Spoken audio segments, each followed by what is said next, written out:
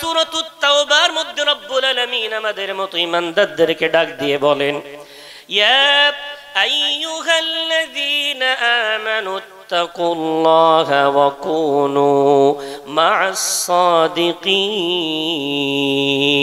ও ঈমানদারেরা, আমি রব্বুল আলামিন তোমাদেরকে মধুর সুরে ডাক দিয়ে বললাম, তোমরা আল্লাহকে ভয় করে নাও এবং আল্লাহকে ভয় করার পরে তোমরা যারা খোদা ভীতু এবং খোদা ভীতু যাদের অন্তরে আছে, যারা জীবনটাকে সততার উপরে গোটা জীবনটা কাটিয়ে যেতে পেরেছে, এমন সত্যবাদীদের দলে, এমন সত্যবাদীদের সাথে তোমরা থেকে যাও, তবেই তোমরা ঈমান এবং আমলটাকে বাঁচাতে পারবে। জোরে বলা যাবে না সুবহানাল্লাহ। এই আয়াতের ব্যাখ্যা করলে দুটো তিনটে পয়েন্ট আসতে পারে। নাম্বার 1 ঈমান, নাম্বার 2 তাকওয়া, আর নাম্বার 3 সত্যবাদী। আমরা এখানে যারা বসে আছি সবাই ঈমানদার, কিন্তু সবাই মুত্তাকি না। কি বললাম? সবাই ঈমানদার কিন্তু সবাই কি নই? মুত্তাকি নই। মুত্তাকি কাকে বলে? মুত্তাকি বলা হয় যে রব্বুল আলামিনকে সর্বদাই হাজির নাজির মনে করে, বাইরে ভিতরে রব্বুল আলামিনকে সর্বদাই ভয় করে, সেই হলো আসলে মুত্তাকি। যেটা বলবেন না? আমার পূর্বের গত বছরের আলোচনা, ইতিপূর্বে আপনাদের মসজিদে আলোচনা, সেগুলো মাথায় এনে মুত্তাকির আমি সহজ একটা সংজ্ঞা দিতে পারি। মসজিদের ভিতরের জীবনটা যদি মসজিদের বাইরে আনতে পারি তো আমরা মুত্তাকি। যেটা বলবেন না? কি বললাম? মসজিদের ভিতরের জীবনটা যদি মসজিদের বাইরে আনতে পারি আমরা কি? মসজিদের মধ্যে বিড়ি খাওয়া যায়, কারণ একটা হিম্মত হয় খাওয়ার। কেন না? খোদার ঘর, ভয় লাগে। ওখানে গালি দেওয়া যায়, গান গাওয়া যায়, কারোর উপরে অত্যাচার করা যায়। কোন অপরাধ মসজিদের মধ্যে আমরা করি, হাজার পাপী হই, খোদার ঘরে গেলে কিন্তু আমরা কোনো পাপ করি না। কেন? আল্লাহর ঘর। আল্লাহর ঘরে যদি পাপ না করা যায়, এ জমিন কার? খোদার ঘরে যদি খোদা দেখেন, খোদার ঘরের বাইরে কি খোদা দেখেন না? খোদার ঘরের মধ্যে রব্বুল আলামিন যদি শুনতে পান, জমিনে যদি পাপ করি তিনি কি শুনতে পান? যেদিন থেকে অন্তরের মধ্যেই ভয়টা আমার আপনার জমে যাবে, আল্লাহর ঘরে যে কাজগুলো করতে আমার অন্তর কাঁপে, আল্লাহর ঘরের মধ্যে যে পাপগুলো করতে গেলে আমার অন্তরের মধ্যে নাড়া দেয়, আমি এমন প্রতিটি কাজ খোদার ঘরের বাইরে আমি ছেড়ে দেব। যেদিন থেকে ছেড়ে দেব ওই দিন থেকে মনে মনে খোদার শুকরিয়া আদায় করব, আলহামদুলিল্লাহ আল্লাহর ভয় এবার আমার অন্তরে এসে গেছে। একটু জোরে বলা যাবে না? এখানে এটাও এসে গেল, ঈমান এসে গেছে, খোদার ভয় এসে গেছে। এটাকে হেফাজত করার জন্য আল্লাহ সত্য দিয়েছেন, সৎ মানুষের সাথে থাকতে হবে। এটা বোঝার জন্য একটা সুন্দর উদাহরণ আছে। উদাহরণটা হলো, আপনারা এই গরমের সময় আইসক্রিমওয়ালা গ্রামে আসে দেখেছেন? এই আইসক্রিমওয়ালা যখন আইসক্রিম বিক্রি করতে আসে, ওর বাক্সের যে সাইজ ওই অনুযায়ী 100 মতো আইসক্রিম ধরে, কিন্তু 100 আইসক্রিম আনে না, 50টা আইসক্রিম আনে আর 50টা বড় পান। দেখেছেন না? তোকে যদি বলেন ভাই তুমি ওই 50টা আইসক্রিম না আনে 100 আইসক্রিম আনতে পারতে, সারাদিন অনেক লাভ হতো, ওই বরফগুলো ভরে তুমি ফালতু তোমার বাক্সটা ভরিয়ে ফেললে কেন? তো আপনাকে ডেকে বলবে, বাবা তুমি বোঝো না পাগল, আসলে আমার এই ভালো আইসক্রিম গুলো বাঁচানোর জন্য এই বরফগুলোর বিরাট দরকার। আমার ভালো আইসক্রিম গুলো বাঁচানোর জন্য এই বরফগুলোর বিরাট দরকার। এই বরফগুলো না থাকলে আমার আইসক্রিম গুলো ভালো থাকবে না।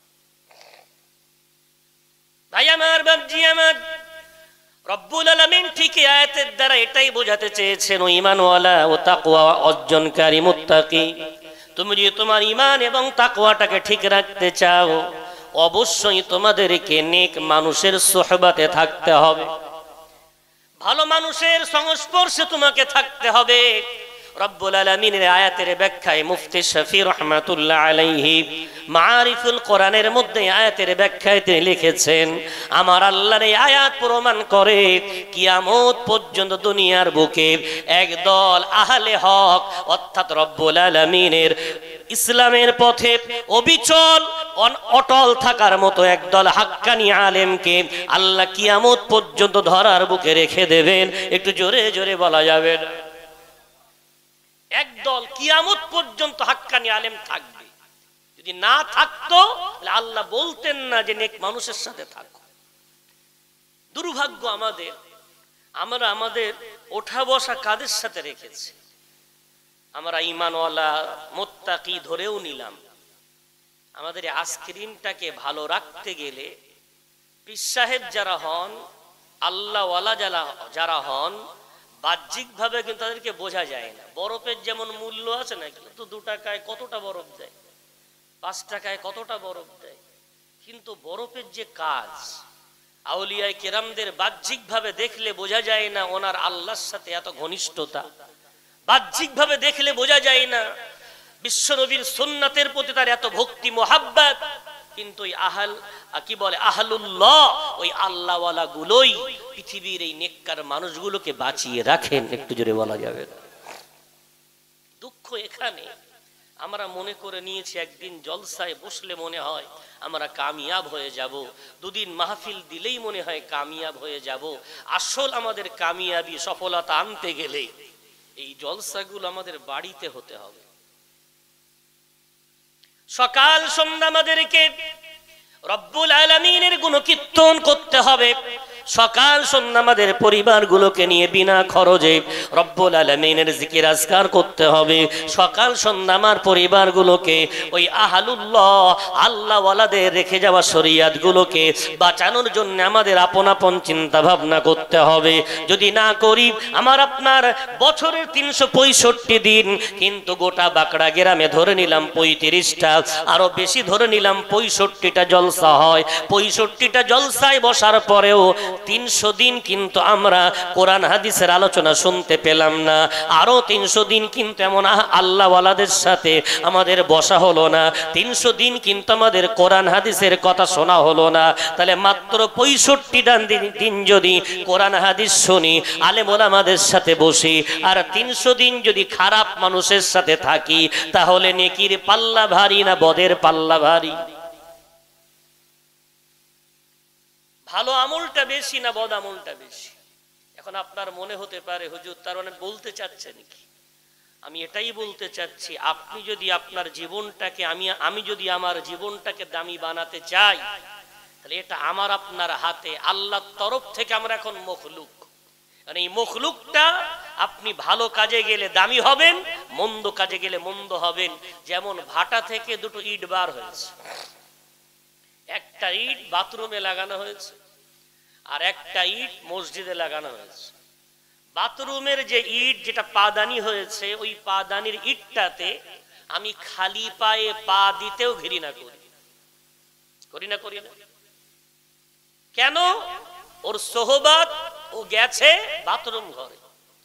আবার একই ভাটার ইট ও গিয়ে ইমাম সাহেবের মেহরাবে লেগে গেছে, অথবা মসজিদের কোন একটি জায়গায় লেগে গেছে, ওখানে খালি পা না, আমি ওখানে কপাল দেওয়াটা আমি সম্মান মনে করি। যেটা বলবেন না? তাহলে 2টো ইট একটা বাথরুমে লাগার জন্য সে ঘৃণ্য হয়ে গেল, সে আমার কাছে মর্যাদা পেল না, কিন্তু একই ইট মসজিদে লাগা মাত্রই সে বিরাট মর্যাদার অধিকারী হয়ে গেল। আমি সেখানে কপাল দেওয়াটাকে আমি সম্মান ও মর্যাদা মনে করলাম।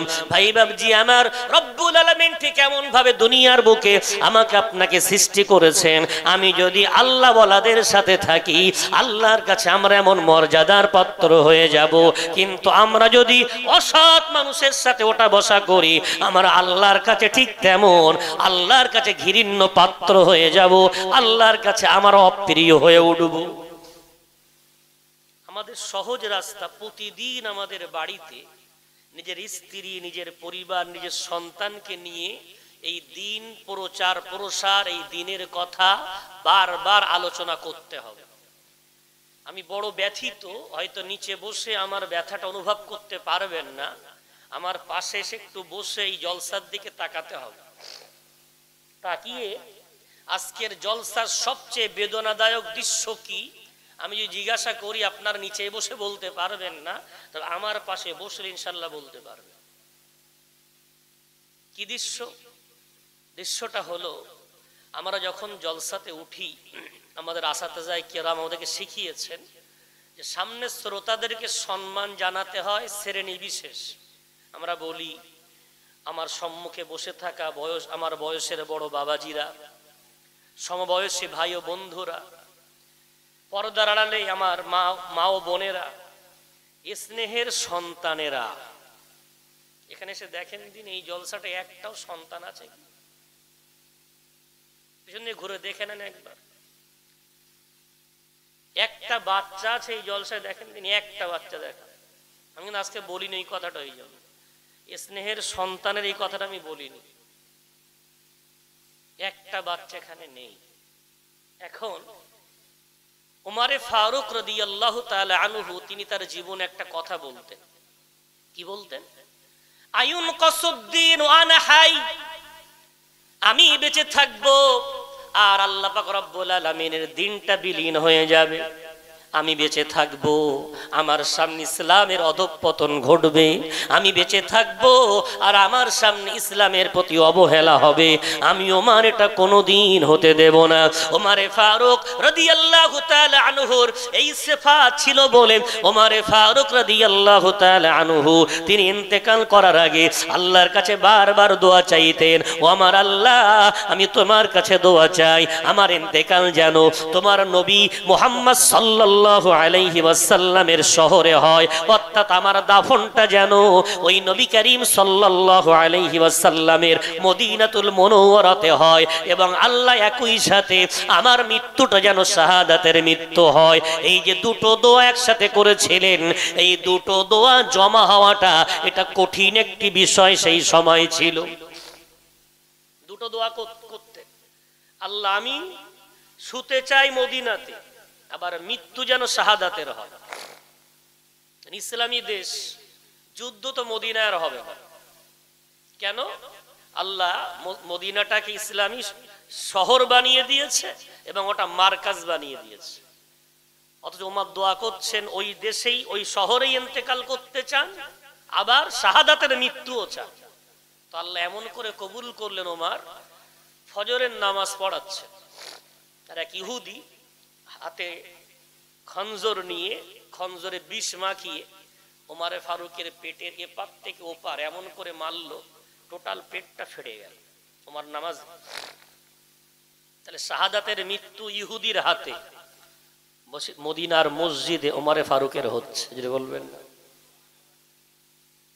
এখন পেটটা ফেড়ে ফেলার পরেও ওমর তো আমাদের মতো দুর্বল নাম, বিরাট শক্তিশালী।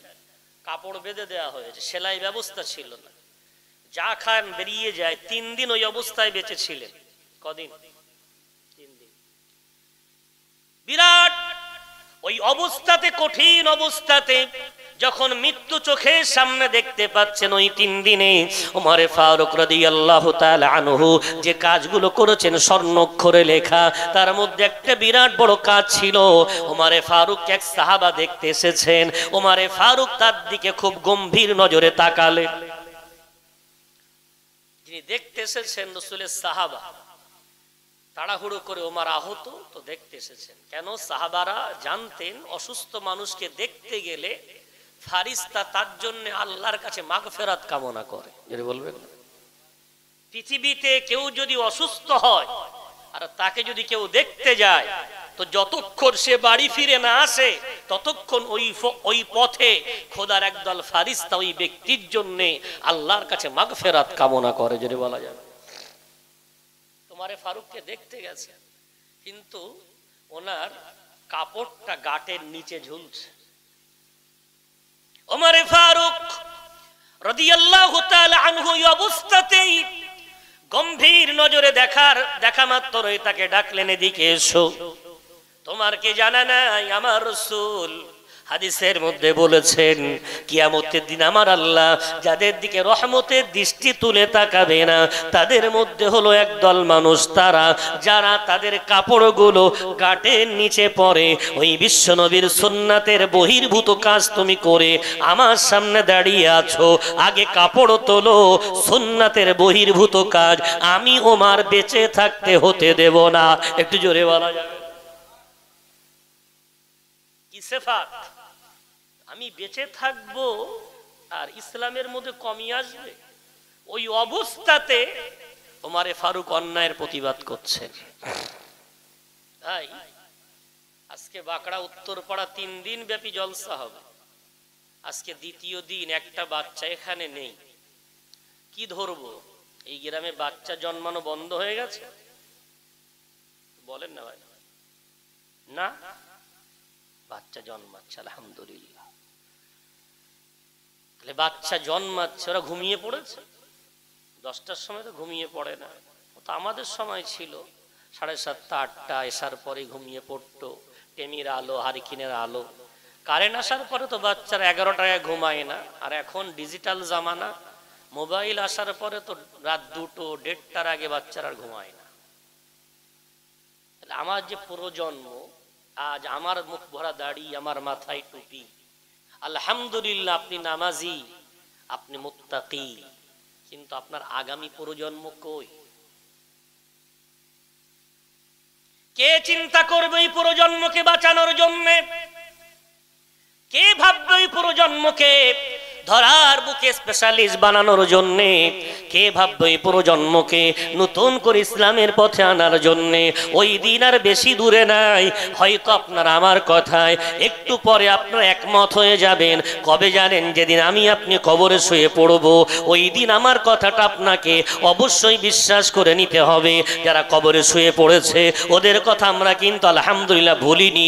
জুমার দিন আমরা ওদের জন্য মোনাজাত করি। জুমার নামাজের পরে অনেক জামে মসজিদ আছে, আলহামদুলিল্লাহ ওই মসজিদগুলোতে সব নামাজের পরে এখনো পর্যন্ত ইমাম সাহেব 20 জন মুসল্লি নিয়ে হলেও আখিরে মোনাজাত করে, এলাকাবাসীর জন্য তারা দোয়া করে। কিন্তু দুর্ভাগ্যবশত ওই 20 জন মানুষ মারা যাওয়ার পর আর কিন্তু আর প্রজন্ম নাই যে ইমাম সাহেব এবং ওই মানুষগুলো আগামী প্রজন্মের জন্য দোয়া করবে। কেন? এখন ডিজিটাল মুসলমান, এরা 2 রাকাত জুমার নামাজ পড়ে মসজিদ ফাঁকা। জুমার ফরজ পড়ে আর মসজিদে থাকে না। আমরা তো আমাদের পিতা মাতার হক আদায় করছি আলহামদুলিল্লাহ, জুমার দিনে মোনাজাত করছি, কিন্তু আমাদের জন্য করবে কারা?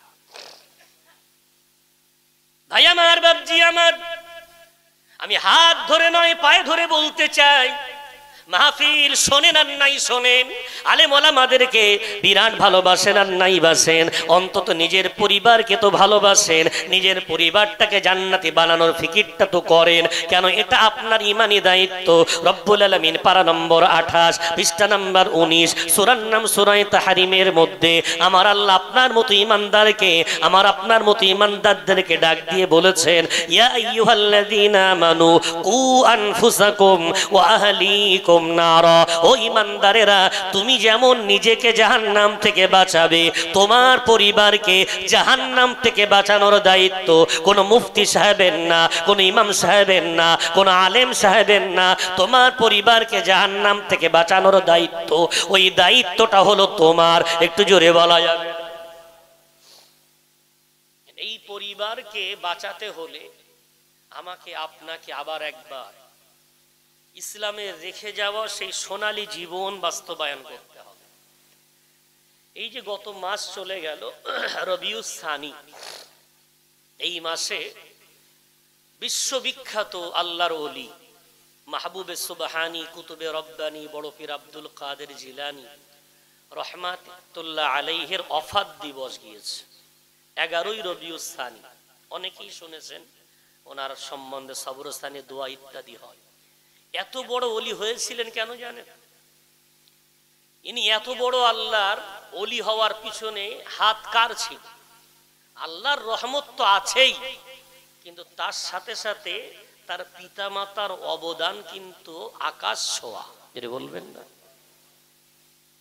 ইতিহাস আপনাদের জানা, একটুখানি ইশারা করছি।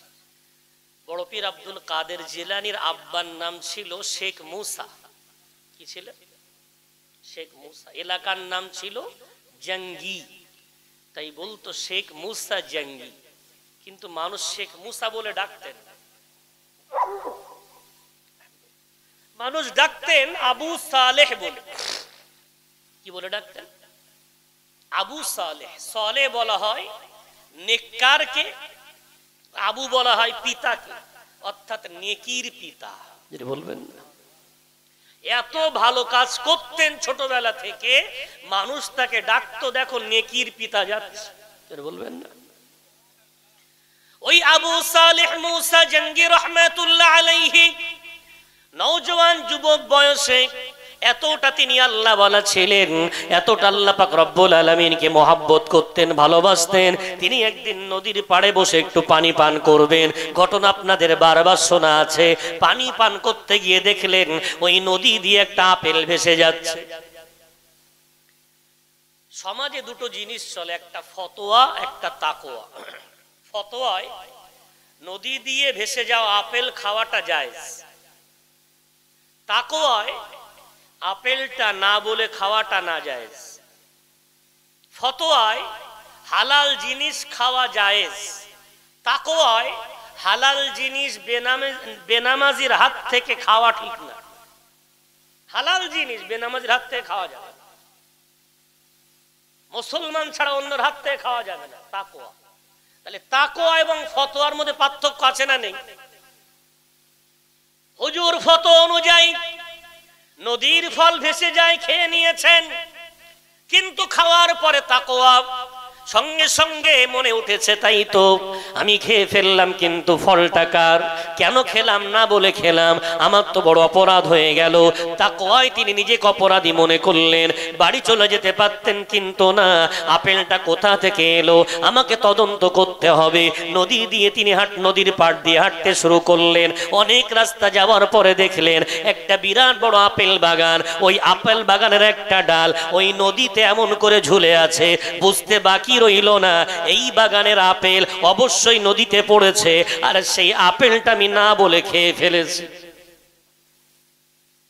এখন আবু সালেহ মুসা জঙ্গি রহমাতুল্লাহ আলাইহি নওজোয়ান যুবক ওই বাগানে গেছে। বাগানের যিনি মালিক তিনি আল্লাহর বিরাট বড় ওলি, যেটা বলেন সুবহানাল্লাহ। ওনার নাম ইয়াহইয়া ইবনে আব্দুল্লাহ।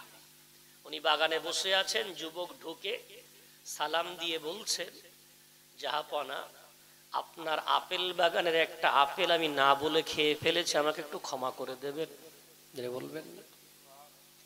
জওহারি জওহার চেনে, সোনার সোনা চেনে, যে সোনা নিয়ে রাত দিন মেহনত করে, পরিশ্রম করে, কোনটা খাঁটি সোনা আর কোনটা নকল সোনা চিনতে বাকি থাকে। যে দামি দামি হীরা মানিক নিয়ে রাত দিন ব্যবসা বাণিজ্য করে, ও হাতে পড়লেই আসল হীরা না নকল হীরাও বুঝে ফেলে। ইয়াহইয়া ইবনে আব্দুল্লাহ আল্লাহর বিরাট বড় ওলি, যুবকের কথা শুনে, আমার আপেল বাগানের আপেল কত গরু খায়, ছাগল খায়, ফুটপথের পথিক খায়, আর এই যুবক তো সাধারণ যুবক না, একটা আপেল খেয়ে ক্ষমা চাইতে এসেছে। সুতরাং এ তো যা তাই ছিলেন, এ তো বিরাট হীরার টুকরা, যেটা বলবেন না। আমাকে দেখে নিতে হবে এ যুবক কতটা আল্লাহকে ভয় করে, আমাকে দেখে নিতে হবে এর অন্তরে আল্লাহর ভয় কতটা আছে। সঙ্গে সঙ্গে ইয়াহইয়া ইবনে আব্দুল্লাহ আবু মুসা জঙ্গি রহমাতুল্লাহ আলাইহিকে বললেন, ও বাবা যুবক, আমার বাগানের আপেল খাওয়ার শাস্তি কি তুমি সইতে পারবে? একদম পারবো। আপনি আমাকে শাস্তি দেন, তবে ক্ষমা করে দেন। কেন বাবা তুমি এমন করে ক্ষমা চাও? ভাই আমার, বাবাজি আমার, ওই সময় হুজুর বলেছিলেন, জাহাপন আমাকে ক্ষমা না করলে ওই একটা আপেলের জন্য কিয়ামতের দিন আমার আমল থেকে অনেকটা নেকি আপনার আমলনামায় চলে যাবে। আমি আল্লাহর কাছে ধরা পড়তে চাই না, যে হিসাব দুনিয়ায় হয়ে যাক এটাই আমার জন্য সহজ। কেন সাহাবা বলেছেন, হাসিবু আনফুসাকুম ক্বাবলা আন তুহাসাবু, তোমার হিসাব তুমি নিজেই করে নাও ওই কিয়ামতের দিন হিসাব হওয়ার আগে। সুতরাং আমার হিসাবটা আমি দুনিয়ায় মিটিয়ে নিতে চাই, আমি আখিরাত পর্যন্ত যেতে চাই না। আমাকে ক্ষমা করে দেবেন, এর জন্য যে শাস্তি দিতে হয় আপনি দেন। তখন হুজুর বলছেন, বাবা এর শাস্তি তো অনেক বড়, আমার বাগানে তোমাকে পাহারা দিতে হবে। কতদিন? কেউ লিখেছেন 8 বছর, কেউ লিখেছেন 10 বছর, কেউ লিখেছেন 40 দিন। আল্লাহ ভালো জানেন, আমরা কেউ ছিলাম না, লেখকগণ লিখে গেছেন।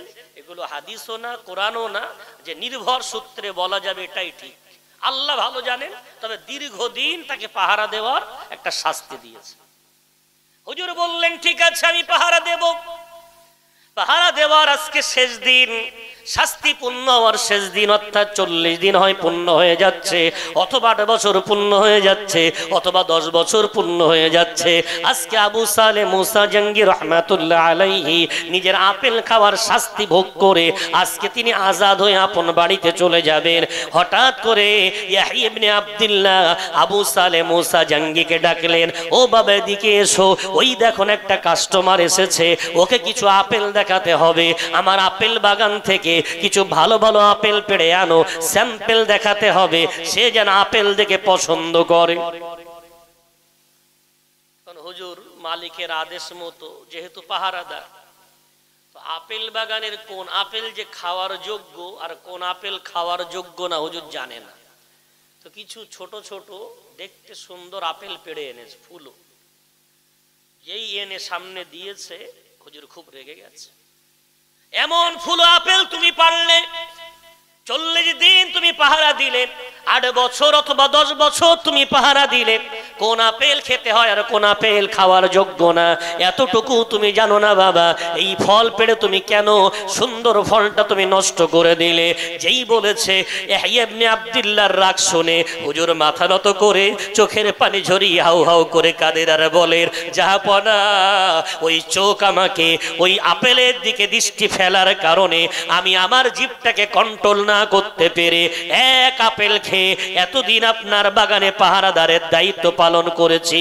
যেদিন থেকে পাহারা দিচ্ছি ওই দিন থেকে নিজের মনকে বলেছি চোখ তুলে আর কোনোদিন ওই আপেল গাছের দিকে তাকাবি না। কেন? চোখ যদি আপেলের দিকে তাকায় আমার জিভ আর কন্ট্রোল করতে পারবো না, আবার কোনো অন্যায় জড়িয়ে যাব।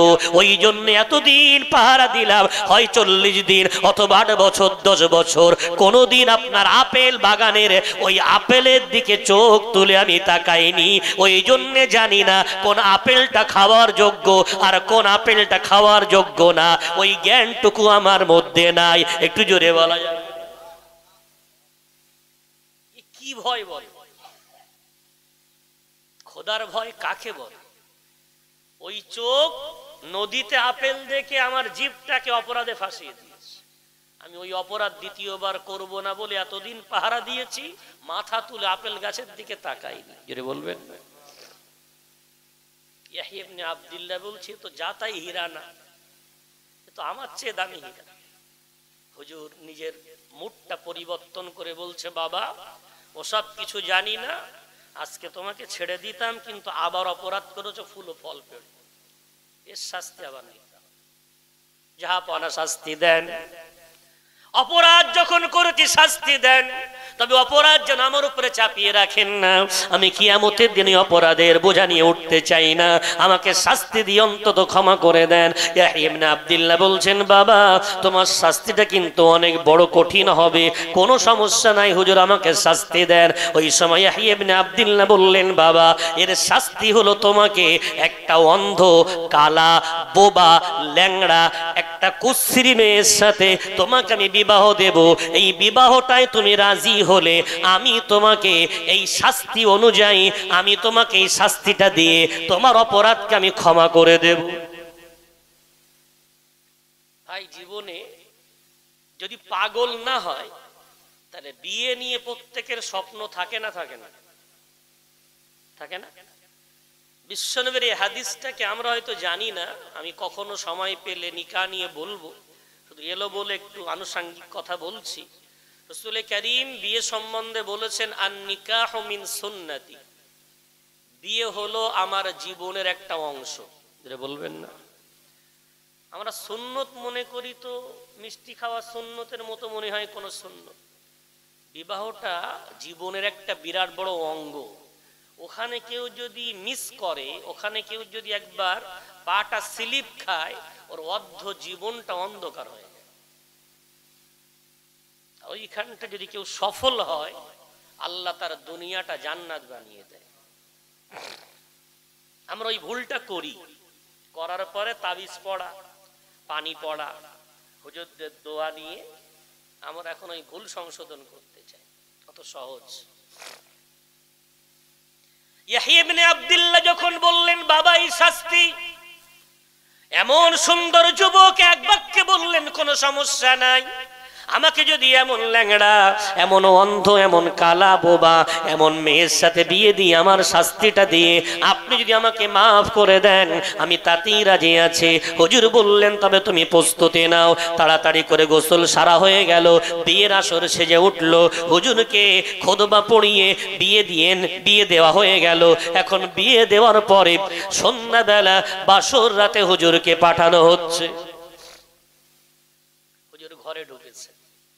এখন ঘরে ঢুকে ইসলামী নিয়ম অনুযায়ী যদি অপরিচিত মেয়ে এবং অপরিচিত ছেলে ইসলামের নিয়ম মেনে বিয়ে করে, তো ঘরে ঢোকার সময় মেয়ে সালাম দেওয়াটা উত্তম, কিন্তু মেয়েরা লাজুক হয়, তাই স্বামী ঘরে ঢোকার সময় সালাম দিয়ে প্রবেশ করবে। যদি বলবেন তো আবু সালে মুসা জঙ্গি ঘরে ঢুকছেন, আসসালামু আলাইকুম, আগে শুনে রেখেছেন স্ত্রী বোবা, কিন্তু মিষ্টি মধুর আওয়াজ আসছে, ও আলাইকুমুস সালাম ওয়া রাহমাতুল্লাহি ওয়া বারাকাতুহু। যদি বলবেন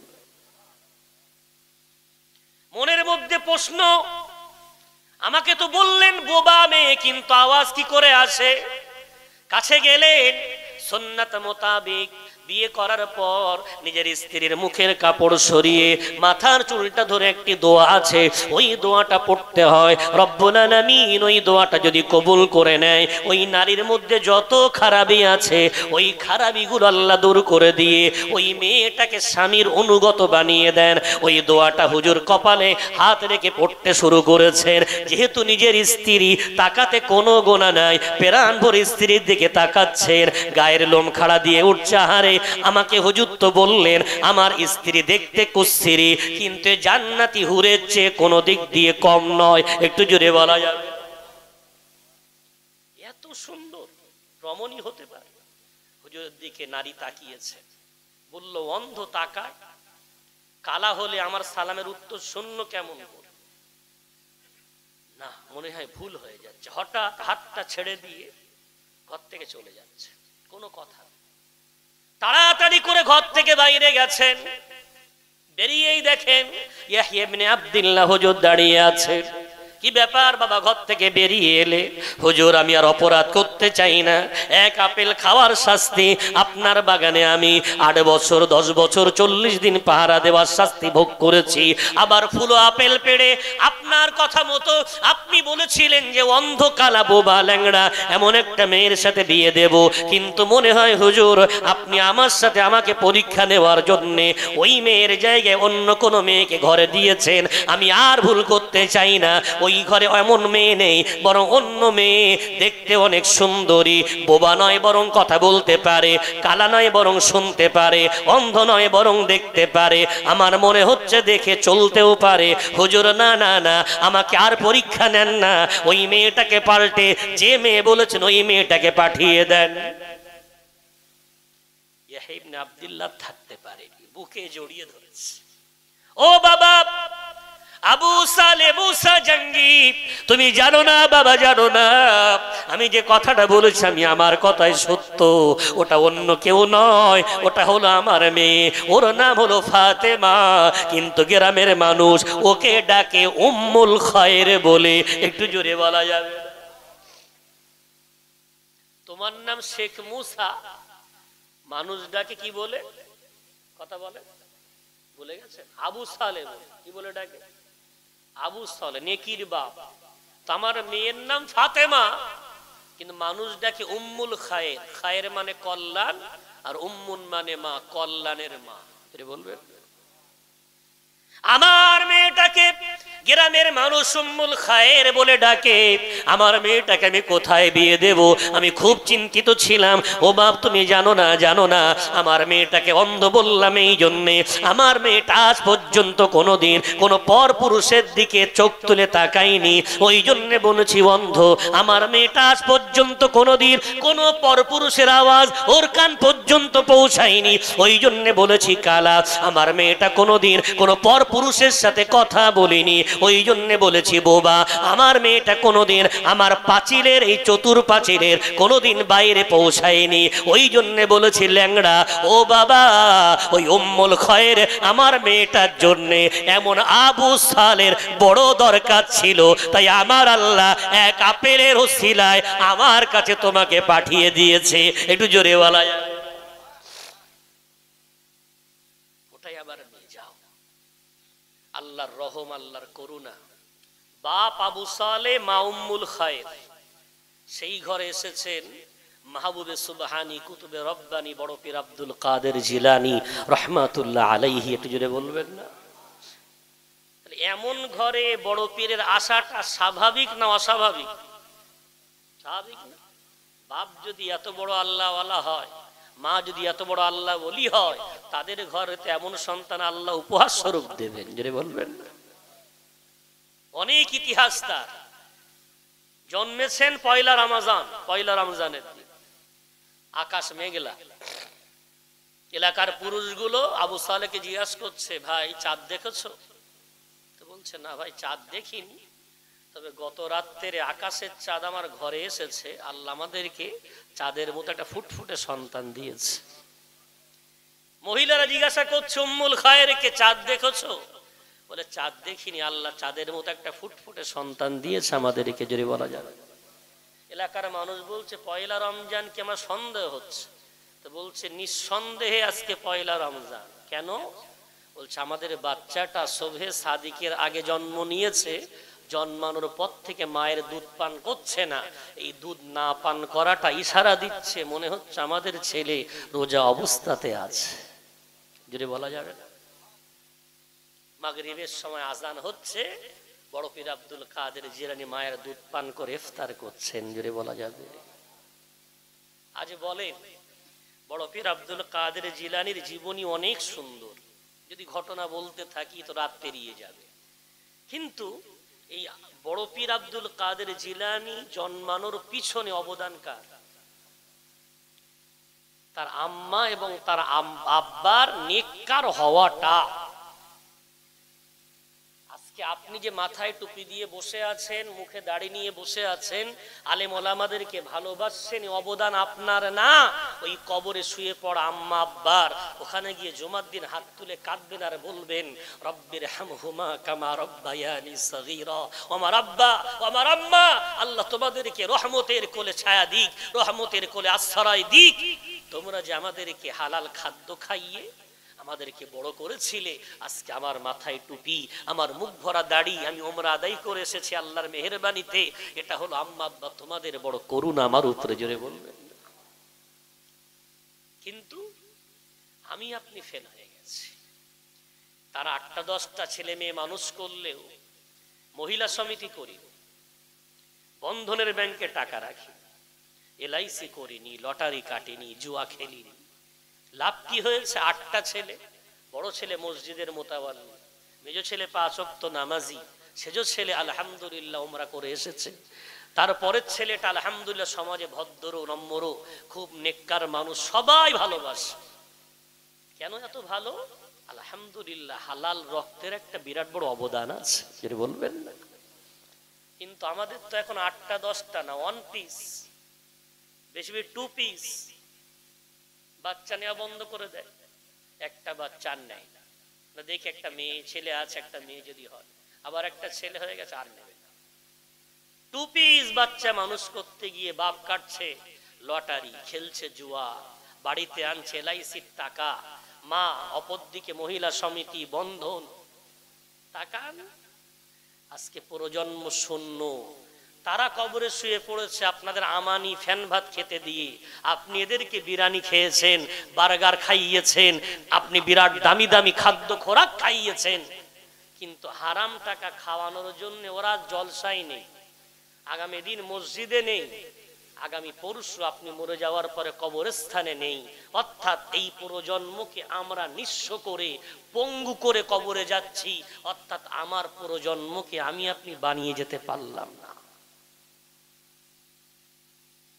ওদের মোবাইল ভালো লাগে, ওদের কার্টুন ভালো লাগে, ওদের গান বাজনা ভালো লাগে, ওদের শরীয়ত বিরোধী কাজকর্ম বড় ওদের কাছে প্রিয়। কারণটা হলো যেমন রক্ত তেমন ফল, যেমন কর্ম তেমন ফল। আপনি যেমন কর্ম ওদেরকে করিয়েছেন, যেমন কর্ম শিখিয়েছেন, ওরা ঠিক ওই পথে ধাবিত। ও ভাই বাবজি আমার, আপনি বিশ্বাস করবেন না, আপনাদের পূর্বের জামানায় এখান থেকে 20 বছর আগে, এখান থেকে 30 বছর আগে আমার যে বাবাজিগুলোর দাড়িগুলো পেকে গেছে, চুলগুলো পেকে গেছে, যদি আপনাদের বলে ভাই বাবাজি আমার একটু বলেন তো এক সপ্তাহ ধরে আপনি কত গোনা করতেন, বলেন তো এক মাসে কত গোনা করতেন, আপনি গুনে গুনে আপনি গোনাগুলো বলতে পারবেন। গোটা সপ্তাহে একদিন হয়তো গোনা করে ফেলেছেন, গোটা মাসে হয়তো 3 দিন গোনা করে ফেলেছেন। কিন্তু এখনকার যুবকদেরকে, এখনকার বাচ্চাদেরকে যদি বলেন বাপ বলো তো 1 ঘন্টায় তুমি কত গোনা করেছো, ওই 1 ঘন্টার গোনা পূর্বের 1 মাসের গোনাকে হারিয়ে দেবে। 1 ঘন্টার গোনা পূর্বের 1 মাসের গোনাকে হারিয়ে দেবে। এই আমাদের প্রজন্ম। একদিন জলসা দিয়ে বেঁচে যাওয়া যাবে ভাই? এই ঈমান, এই আমল বাঁচাতে গেলে বরফের দরকার আছে না নেই? কথা বলেন। বরফের দরকার আছে। ওই বরফটা কোথায় খুঁজবেন? শয়তান বেঁচে আছে, ও আপনাদেরকে বুঝিয়েছে ভাই কোন অলি ধরেছেন, বায়াত টায়াত হয়ে আছেন, জিকির আজকার একটু করেন, তার সঙ্গে লেনদেন আদান প্রদান কিভাবে করেন জানান। তো বলে হুজুর এখন আর ভালো মানুষ কই, এখন আর ভালো মানুষ নেই, বড় পীর আব্দুল কাদের জিলানির মতো ভালো মানুষ নেই, গরিবে নওয়াজ খাজা মঈনুদ্দিন চিস্তির মতো আর ভালো মানুষ নেই, আল্লাহ হুজুরের মতো, দাদা হুজুরের মতো, হাবেজ সাহেব হুজুরের মতো আর ভালো মানুষ নেই, গলদা সুবীর সাহেব হুজুরের মতো আর ভালো মানুষ নেই। ওই ভালো মানুষ নেই বলে আমি আর কারোর কাছে যাইনি, আমি নিজে নিজে যা করি করি। আচ্ছা ভালো মানুষ নেই বলে আপনি যা যা করেন করেন, একটু বলেন দিন। এখন বর্তমান সময় ভালো খাদ্য আছে না সব ভেজাল? কথা বলে ভেজাল না? সবজিতে ভেজাল, দুধে ভেজাল, খাদ্যে ভেজাল। তো সব ভেজাল বলে খাওয়া ছেড়ে দিয়েছেন না খান? আচ্ছা খান। খাদ্যে ভেজাল তাও খান কেন? না হুজুর খাদ্যে ভেজাল হলো কোথায় খাঁটি খাদ্য পাওয়া যায় ওটা খুঁজে বার করে, অমুক বাজার থেকে আমি দুধ আনি, অমুক বাজার থেকে গুড় কিনি, অমুক বাজার থেকে মাছ আনি, আমি জানি অমুক জায়গায় খাঁটি জিনিস পাওয়া যায়, তাই একটু খুঁজে খুঁজে খাঁটি জিনিস খাওয়ার চেষ্টা করি। খাওয়ার বেলা কোথায় খাঁটিটা বোঝা যায়? ঈমান বাঁচানোর বেলায় আমার আপনার মতো ব্যক্তিকে বাঁচানোর জন্য এ যুগে যেমন আল্লাহওয়ালা দরকার, আল্লাহ ঠিক তেমন আল্লাহ রেখে দিয়েছেন, এটা বলা যাবে। আমাদের চোখ নেই অথবা খোঁজার আগ্রহ নেই, ওই জন্য খুঁজছি না। জীবনটা শুধু পেট দিয়ে নয়, জীবনটা পেট প্লাস আত্মা, এই দুটো চাকার উপরে নির্ভর করে চলে। পেটটা ভরার জন্য যেমন খাঁটি খাদ্য দরকার, আত্মাকে বাঁচানোর জন্য এমন খাঁটি মানুষ আল্লাহ বলেছেন, মানে অবশ্যই কিয়ামত পর্যন্ত একদল আহলে হক আল্লাহ বলা ধরার বুকে আল্লাহ রেখে দেবেন। আমাকে আপনাকে একটু বেছে ঠিক বাছাই করে তার কাছে যেতে হবে। যদি না যেতে পারি, যদি তাকে তালাশ না করতে পারি, সন্ধান না করতে পারি, যতই মনে করেন আমি তো নামাজ পড়ি, যতই মনে করেন আমি আল্লাহকে ভয় করি, ওই পেপারটা হয়তো আইসক্রিমের বাইরের দিক থেকে দেখতে অনেক সুন্দর, কিন্তু ভেতরের আইসক্রিম কিন্তু কখন গলে যাবে নিজেও বুঝতে পারবেন না। 20 টাকার আইসক্রিম বিকেলবেলা বলছে 5 টাকা 5 টাকা, ছেলে পেলে কই দাও দাও, প্যাকিং সুন্দর, দেখছে ভিতরে ওর শরবত, বলছে দুধ নেবো না। সকালে কত দাম ছিল? 20 টাকা দাম, বিকালে গলে গেছে 5 টাকা, তাই নিতে চাচ্ছে না কেন? বেদামি হয়ে গেছে। পেপার ভালো আছে কিন্তু কেন? বরফ ছিল না, বরফের পাওয়ার না পেয়ে গলে পানি হয়ে গেছে। ভাই আবার মাথার টুপি মুখের দাড়ি বুঝতে পারবেন না, তালবিসে ইবলিস একটা কিতাব আছে পড়বে। ওলিদের সোহবাতে না গেলে কি ক্ষতি হয়? একজন মুরিদ মসজিদের বাইরে জুতো সোজা করছে, তো এক পীর ভাই তাকে বলছে, ভাই তুমি জুতো সোজা করছো কেন? তো বলছে নফস জব্দ করছে। কি বলছে? নফস জব্দ করছে। তো বাহ্যিক ভাবে একজন যদি পীর সাহেব জুতো ঠিক করে দেয় মুসল্লিদের, তো দেখে মনে হচ্ছে সত্যি তো মানুষটার মধ্যে কোনো অহংকার নেই, কি মাটির মানুষ, আর জুতো ঠিক করে দিচ্ছে। এখন পীর ভাই এই কথাটা গিয়ে পীর সাহেবকে গিয়ে বলেছে, হুজুর আপনার অমুক মুরিদ জুতো ঠিক করছে। আর আমি বললাম যে তুমি কি করছো? তো বলছে আমি আমার নফস জব্দ করছি। তো হুজুর বলছে তোমার ভাইকে গিয়ে বলে দাও ওর নফস জব্দ হচ্ছে না, বরং নফস ওকে জব্দ করছে। কি বলছে? নফস ওকে জব্দ করছে। সঙ্গে সঙ্গে ভাই এসে যখন বলেছে, পীর ভাই দৌড়ে গিয়ে বলছে হুজুর আপনি আমাকে এমন বলেছেন? বলে হ্যাঁ, তোমার চোখ নেই, তোমার নফসি করে জব্দ হয়। তুমি যে মনে করেছো জুতো ঠিক করে দিলেই মুত্তাকি হয়ে যাওয়া যায়, তুমি যে মনে করেছো জুতো ঠিক করেই নিজের নফসকে মেরে ফেলা যায়, এই যে মন তোমার দৃঢ় সংকল্প করে ফেলেছে যে জুতো ঠিক করে দিলেই আল্লাহওয়ালা হয়ে যাবে, এটাই হলো শয়তানের বড় ধোঁকা। কথা বুঝতে পারছেন? তুমি যে ভেবে নিয়েছো জুতো ঠিক করে আল্লাহওয়ালা হবে, এই ভাবনাটাই শয়তানের ধোঁকা। কত সহজ।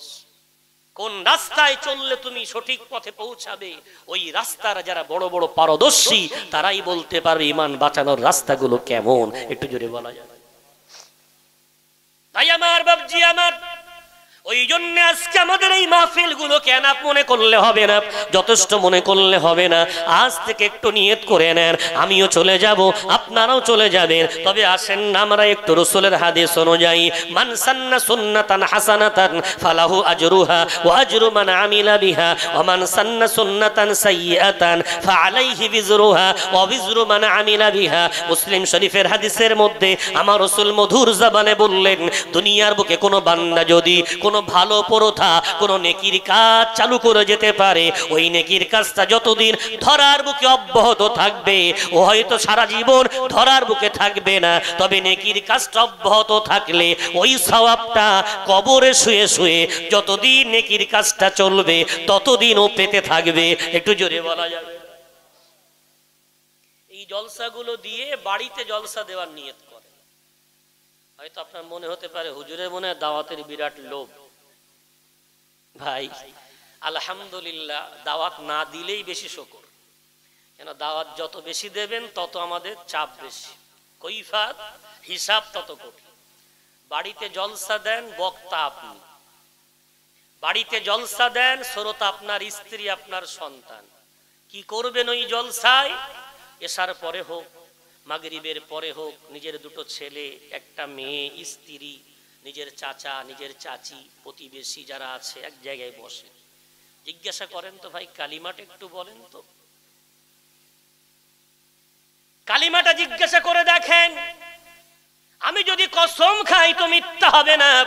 আপনার এই যে সফেদ জামি মসজিদ আছে, ওই মসজিদে একদিন আমার কথাটা বিশ্বাস না যদি না করেন, একদিন যদি একটু আপনি পরীক্ষা নিয়ে দেখেন, এক এক করে ডান দিক দিয়ে মুসল্লিগুলো দাঁড় করান, ভাই একটু কালিমা শোনান, কালিমা শোনান। ও হয়তো বলতে পারে কেন কালিমা শোনাবো, আপনি দলিল হিসাবে পেশ করতে পারেন আমার রাসূল নবী মুহাম্মদ সাল্লাল্লাহু আলাইহি ওয়াসাল্লাম তার উম্মতকে 1-2 দিন না লাগাতার 10 বছর কালিমা শিখিয়েছেন। একটু জোরে বলা যাবে।